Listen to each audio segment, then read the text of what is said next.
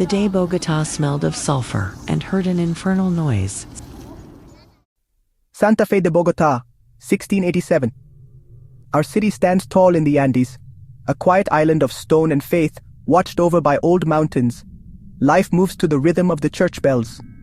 Prayer, work, rest. We are subjects of the Spanish crown, far from the king, but close to God, or so we believe. The alleys are cool and dark, the air thin and crisp, full of wood smoke and whispers. We know our neighbors, the priests, the gossip that flutters from balcony to balcony. Underneath this order, unease flows. We believe in signs.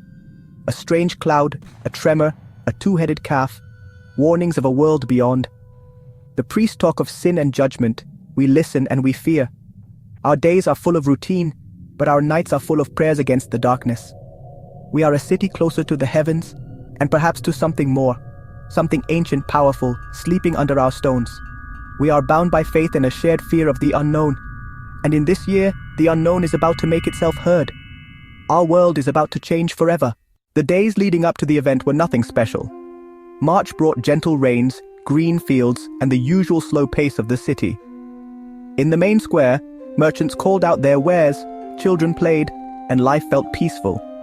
At night, silence took over, broken only by a faraway dog or the night watchman's call. We told stories of saints and ghosts, never imagining a sound more terrifying than any tale. On the 9th of March, nothing seemed out of place. I finished my studies by candlelight, the city outside a creature of shadow and silence. The moon was a sliver, the stars cold and bright. It was a perfect ordinary night, the last one we would ever know. The calm was absolute, just before the world began to scream. It started without any warning. One moment, silence. The next, a sound from everywhere at once, a deep growl coming from deep within the earth. It vibrated through the floorboards, made the windows shake, and rattled the beams above my head. I stumbled to the window. The city was dark, but no longer quiet. The roar was everywhere, pressing down on everything.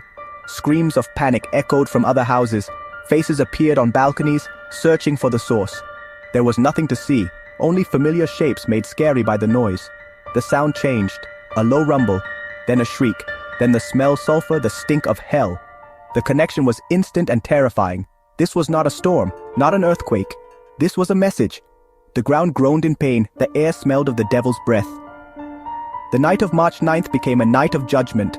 We were stuck in a nightmare, the city's very foundations shaking with fear. The roaring didn't stop. It was just the beginning. The city woke up terrified. People poured into the streets, clutching rosaries and children, their prayers drowned out by the roar. Church bells rang wildly, but their sound was weak against the overwhelming noise. Priests led processions, holding crucifixes high, chanting for deliverance. The royal guards tried to bring back order, but the enemy was invisible. The air, the very ground itself. The smell of sulfur grew stronger. Fear turned into certainty. We were seeing something supernatural. For hours, the city was a mess of screams, bells, and prayers. The mountains felt like prison walls, trapping us with our terror. We were standing at the gates of hell. The city changed into a kingdom of fear. The roar kept going, never stopping. The dawn didn't bring any relief. The sound kept going, screeching and relentless. The city believed it was a punishment from God, the devil claiming our sinful city. Priests preached about Sodom and Gomorrah, asking for public acts of penance and self-whipping. Processions of penitents filled the streets, their chants a human counterpoint to the earth's growl. Others whispered about a spiritual battle beneath us, saints fighting demons, the roar of their clash. Some remembered native prophecies. A mountain spirit awakened, angry at our presence. Some scholars dared to look for natural causes, volcanoes, strange winds, but their ideas were dismissed. In a world ruled by faith, the supernatural explanation won out. The city was gripped by fear, hope, and desperate prayers. The roar became a mystery, divine, demonic, or something even older. As the weeks went by, terror turned into a constant worry. The viceroy, desperate for answers, sent groups to explore the mountains and valleys. Soldiers and monks looked for where it was coming from, listening, asking questions, exploring pits and tunnels.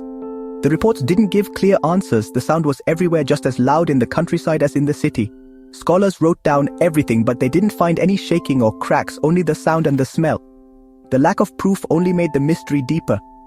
If logic failed, then something beyond nature had to be true. The city held on to its faith. But the unanswered question ate away at everyone. The sulfur noise was a puzzle put forth by God or the devil. Despite all our searching, we were no closer to the truth. The roar ruled invisible and unexplainable. Then, as suddenly as it began, it ended. One April morning, the city woke up to silence, a silence so deep it was unsettling. Relief washed over Santa Fe, but the uncertainty stayed.